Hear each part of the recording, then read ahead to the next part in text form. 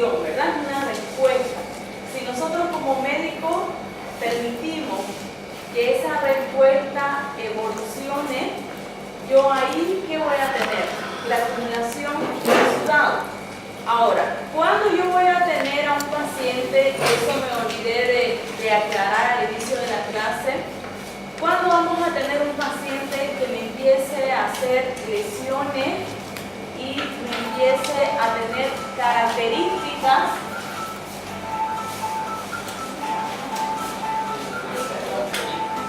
afuera. ¿Cuándo vamos a tener pacientes que tengan características en lesiones y características en el sudado? Cuando evolucione ese proceso de la respuesta. Ahí yo voy a tener dos tipos, dos cosas que tengo que tomar en cuenta. Como médico es diferente a que yo tenga una lesión superficial y mi sudado evolucione. Eso es una cosa. Otra cosa es que yo tenga una lesión profunda y que mi exudado no evolucione. Puede pasarme eso. No es que nosotros nos vamos a, por ejemplo, no nos vamos a memorizar de que toda lesión crónica y toda lesión profunda en cavidad necesariamente va a tener un exudado purulento. No es así, porque nosotros tenemos órganos estables y órganos inestables, permanentes y no permanentes. ¿Dónde aprendemos esos órganos estables e inestables? En anatomía. Ahora sí necesito, para este tema, que nos acordemos qué cosa. Todos los órganos y el tejido de cada órgano, todo lo que es la anatomía. ¿Por qué? Porque depende del órgano para que evolucione el proceso de inflamación. Hay órganos inestables. Los órganos inestables, por ejemplo, y eso no está en el libro, los órganos inestables cambian de morfología y de estructura y tardan en repararse, los órganos inestables. Entonces eso, y cambia la estructura, la morfología, y al cambiar la estructura y morfología, ¿qué significa? Que yo voy a tener gran cantidad de exudado si evoluciona. Por ejemplo, a ver, órganos estables en mi cuerpo, que cuando ingrese un agente agresor no tenga la facilidad de cambiar de estructura. ¿Cuáles serían órganos estables? El hígado ya, el corazón, riñón, muy bien, vaso, cerebro, pulmón, órganos estables, órganos inestables, apéndice ya, bexiga, vesícula inestable. ¿cómo no? Vejiga. ¿Qué más? Hay un montón de órganos inestables. ¿Estable? Por ejemplo, sí, es estable. ¿Por qué es estable? Por ejemplo, mi piel es un órgano inestable. Porque yo ahorita me pica un mosquito, se me hace un edema en cuestión de segundos. Segundo, cambia la estructura de mi órgano, la forma, ¿verdad? Igual, mis amígdalas, inestables. Yo ahorita estoy pasando clases tranquilas y en la noche yo puedo estar, o de aquí unas 3-4 horas, yo puedo estar con las amígdalas inflamadas. Ya puedo estar con dolor, con calor, esas amígdalas, rápido. A diferencia de que el hígado, por ejemplo, para cambiar su estructura, para hacer un paciente una hepatomegalia, no la va a hacer de lunes a martes ni de martes a viernes. Por eso yo digo que es un órgano estable, igual el cerebro. Yo para cambiar el tamaño del cerebro, la morfología del cerebro, porque es otra cosa que suceda adentro del órgano. Todo lo que pueda pasar adentro, pasa adentro. yo estoy hablando de estructura, porque la inflamación me puede cambiar la estructura. El estómago, por ejemplo, es un órgano inestable, es muy inestable.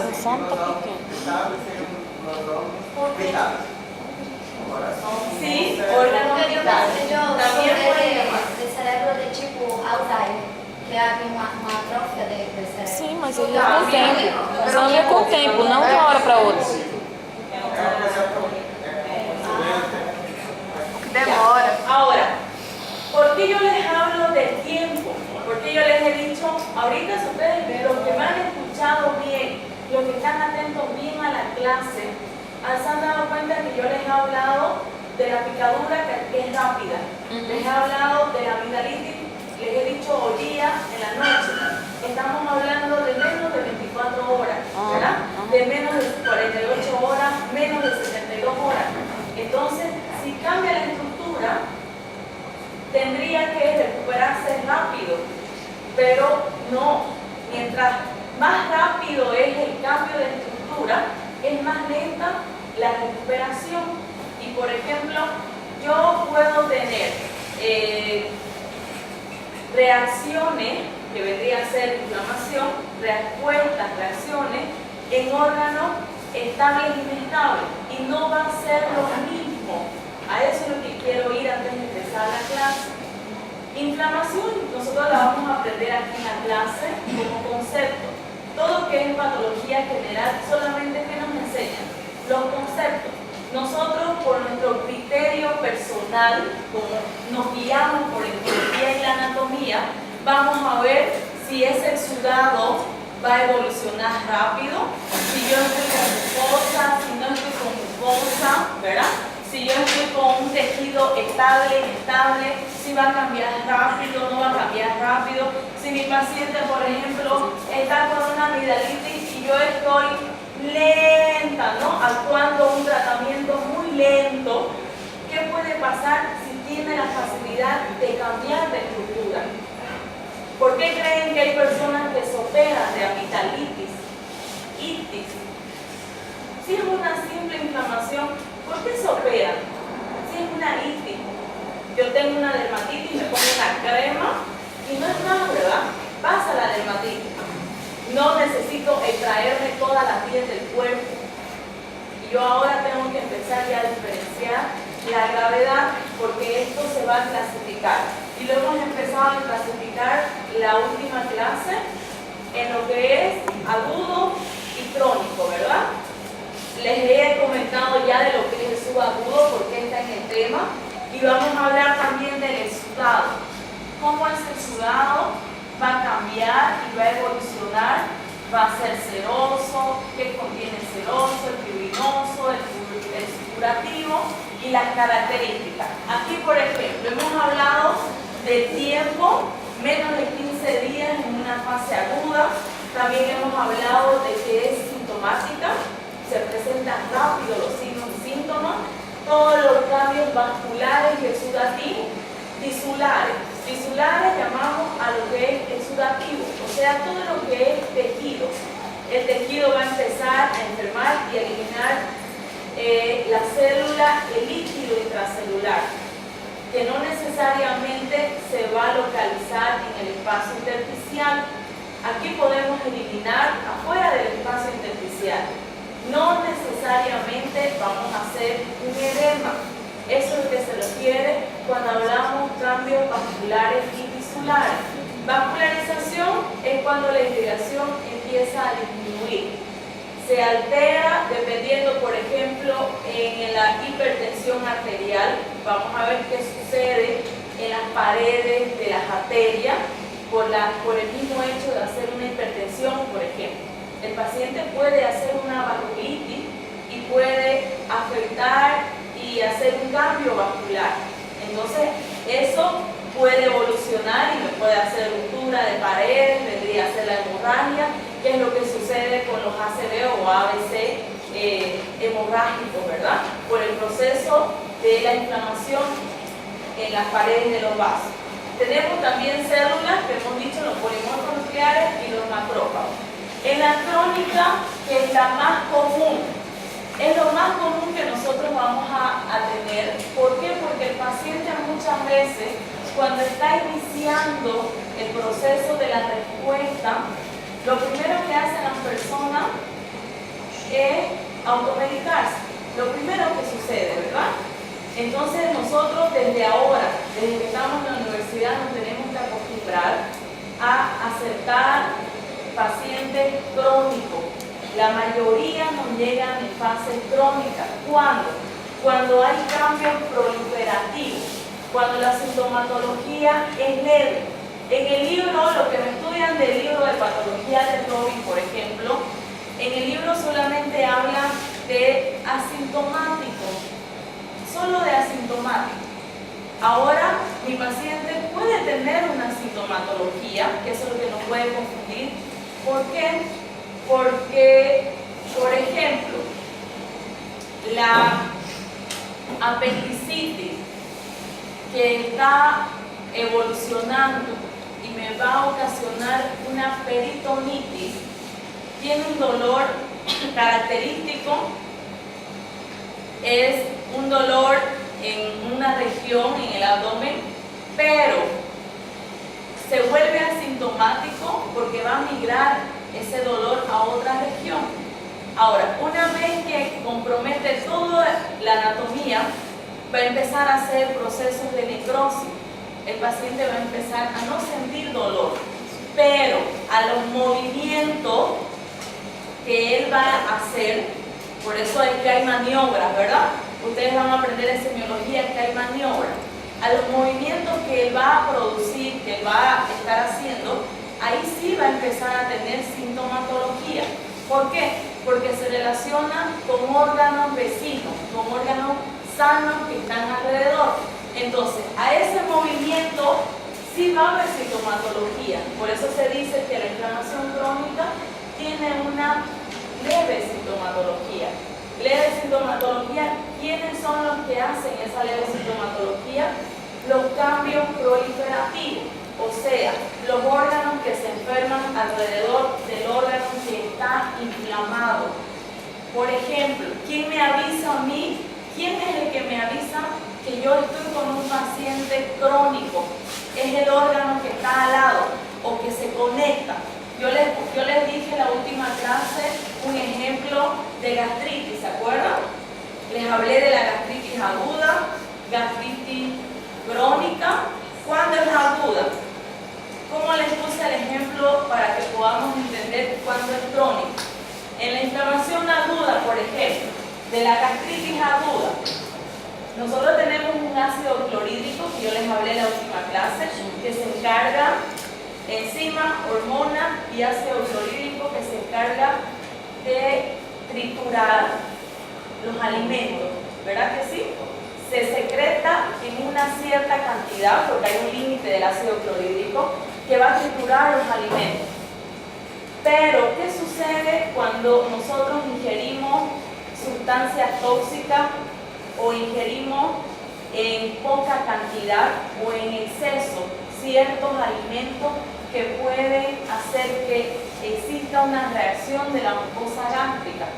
Cuando existe una reacción a todas estas sustancias, sólido o líquido, que ingresa a la mucosa gástrica, nosotros empezamos a reaccionar.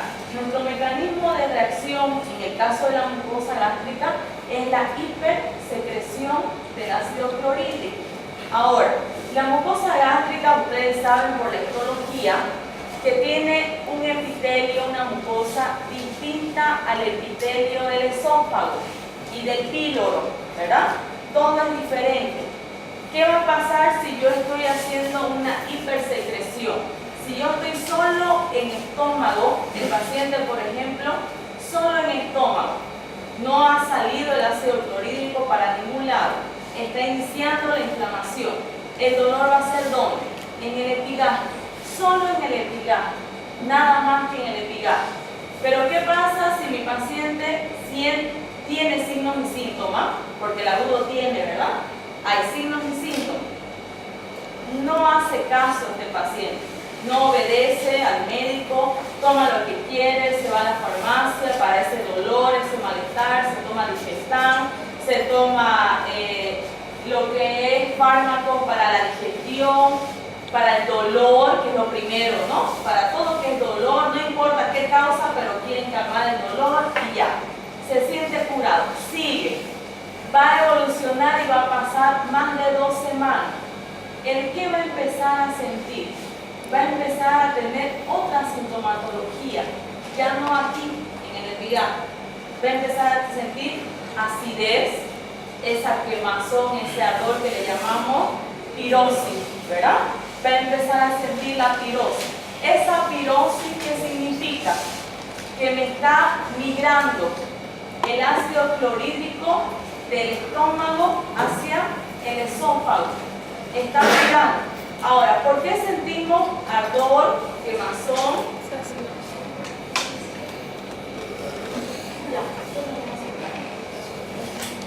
Ahora, ¿por qué sentimos ese ardor, esa quemazón? Porque en la histología el esófago es diferente, la histología al estómago. Entonces, por la presencia del ácido clorhídrico, enzimas y hormonas digestivas, empezamos a inflamar el esófago, empezamos a hacer la esofagitis. Ustedes van a ver en parto especial las enfermedades del esófago porque hacemos una gastritis, una inflamación general. Después van a ver la especial con las complicaciones. Y por ejemplo, en el proceso de migrar una enfermedad a órgano vecino, ya estamos haciendo una evolución de ¿qué? De lesión, de sudado y de tiempo. Ya yo que tengo cambios proliferativos. A eso le llamamos los cambios proliferativos de una inflamación crónica, cuando ya migra a otro órgano.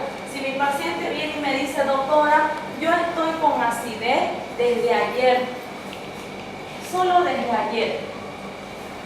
Yo nunca he enfermado de gastritis, solo desde ayer. Estamos hablando de 2 días. Y él siente acidez, ardor, quemazón, ganas de vomitar, náuseas, todo. Y mi problema, me duele aquí, pero todo sale. Yo como y se vuelve la comida. Tengo ganas de vomitar y me arde. Yo ya estoy con un paciente crónico, ¿verdad? Y empezamos a ver qué lesiones más ha hecho alrededor. Ese paciente no me viene desde ayer. No me viene desde ayer. Él ya está con cambio proliferativo. Ahora, él te va a decir, y por eso el doctor, ¿qué pregunta el doctor? ¿Cuándo le duele? ¿En la mañana, en la tarde o en la noche? ¿Verdad que te pregunta el doctor? ¿Cuándo tienes más tos? Cuando estamos con tos.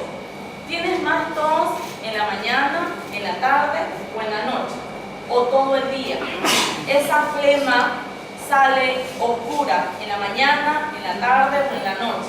La fiebre, el malestar, ¿cuándo te sientes peor? ¿En la mañana o en la noche? ¿Por qué? Porque si nosotros estamos con algo que es continuo, estamos hablando de agudo. Si estamos con algo que es intermitente, ¿qué significa intermitente en la medicina? Que es, me viene fiebre en la mañana, desaparece todo el día o me viene solo en la noche, como la tuberculosis, por ejemplo. La tuberculosis es una inflamación crónica. Las personas con tuberculosis solamente tienen fiebre en las noches, no tienen fiebre en la mañana ni en la tarde. En cambio, si una persona está con una inflamación aguda, lo tiene constante, no es intermitente, no es separada las horas, ni las distancias, ni los días en los síntomas. Entonces, estamos hablando de cambios proliferativos, ¿no? Las células igual predominan los linfocitos, los monocitos, los fibroblastos y la neovascularización. En la inflamación aguda, ¿qué teníamos? Cambios vasculares, cambios tisulares, cambio, solamente cambio. En la inflamación crónica, ¿qué tenemos? Una Neovascularización. Neo, ¿qué significa? Nuevo. Entonces nosotros, el lugar que está inflamado por más de 15 días no tiene la capacidad de vascularizarse solo, no puede. Necesita que el órgano vecino, el órgano de al lado, le administre sangre. Necesita sangre de otro órgano. Si ustedes se dan cuenta, no hay un solo tejido en mi cuerpo que no tenga relación con otro. No hay. Todo en mi cuerpo, desde mis pies hasta mi cabello, tiene relación. Entonces, el inflamado solito se llega a la irrigación, aunque esté inflamado agudo, llega. Solo él se administra. En cambio, el crónico, que tiene una neovascularización. Eso es peligroso. ¿Por qué? Porque en cualquier momento, si no llega, porque quizás el paciente tiene trombosis, quizás el paciente tiene problemas de coagulación, tiene anemia, tiene proceso de desnutrición, tiene problemas en las paredes de los vasos, tiene fragilidad, tiene cáncer o tiene cualquier otra patología, no va a poder tener la capacidad de hacer una neovascularización. Y directamente de ser inflamación crónica, ¿qué puede pasar? A una necrosis, porque no puede satisfacer la neovascularización, ¿no? Ahora, entramos nosotros, la última clase aquí nos quedamos, ¿verdad? En lo que eran los tipos de exudado. No se van a confundir el día del examen. Vamos a hablar ahorita de los tipos de contenido que tiene el exudado, que hemos dicho que los que no estudian medicina le llaman pus, ¿verdad? Ahora vamos a empezar con el seroso. ¿Qué contiene la inflamación serosa? Vamos a ver que es netamente contenido plasmático, todo lo que es proteína, todo lo que es contenido de proteína. Ahora, en esta parte de este exudado, los que me están llevando a cirugía, por ejemplo, me están aprendiendo a hacer sutura, ¿verdad? Los que me están llevando a cirugía 1, me están aprendiendo a hacer sutura. Se hace sutura en un órgano, en un tejido que ha hecho ruptura. Ahora, cuando yo hago y aprendo a hacer sutura, y los que no me están llevando a cirugía me van a llevar al próximo semestre y me van a ver este exudado. Ahora, una cosa es que yo tenga un órgano que no tenga agente agresor y haga ruptura. Por ejemplo, en cirugía, yo para sacar un apéndice tengo que hacer ruptura. Yo como médico hago ruptura de la piel, ¿verdad? Del peritoneo, del epíclon, hago ruptura. Y yo como médico lo suturo, esa ruptura. Ese lugar donde yo he hecho ruptura, para hacer ruptura no ha necesitado pasar por un proceso de inflamación, no ha necesitado. ¿Qué va a pasar cuando ese lugar yo empiece a reparar, a cicatrizar? Esa célula de ese lugar tiene líquido intra y extracelular. Tenemos plasma, ¿verdad? Y ese lugar me va a empezar a eliminar proteína. Me va a empezar a eliminar exudado de proteína, el exudado seroso. Yo ahí en ese lugar no puedo decir que está en un proceso de inflamación con exudado seroso. No puedo decir. ¿Por qué? Porque ese exudado está eliminándose de un lugar que no ha hecho inflamación, que está en un proceso de ¿qué? De cicatrización. Entonces no se van a confundir. Por ejemplo, en el hospital interno, cuando hacen limpieza a los pacientes poco operados, ellos limpian y ven el exudado plasmático, ven el exudado. Y sí o sí tiene que haber exudado. ¿Por qué? Porque tenemos que formar la costra. Toda lesión que hace herida me forma costra. Y el exudado seroso sin inflamación, yo lo necesito para formar la costra. Los de cirugía, eso están llevando, lo que yo acabo de explicar. En patología, ¿qué ven? El exudado seroso por procesos de inflamación. que es otra cosa. Cuando decimos que es seroso por inflamación, cuando existe la presencia de un agente agresor, por ejemplo en la bronquitis aguda, entra un Streptococcus pneumoniae, yo voy a empezar a eliminar una inflamación serosa, blanquecina, transparente, ¿verdad? No se está cicatrizando el bronco, al contrario, me está dando una respuesta al agente agresor. Si yo sigo inflamando, voy a empezar a manifestar.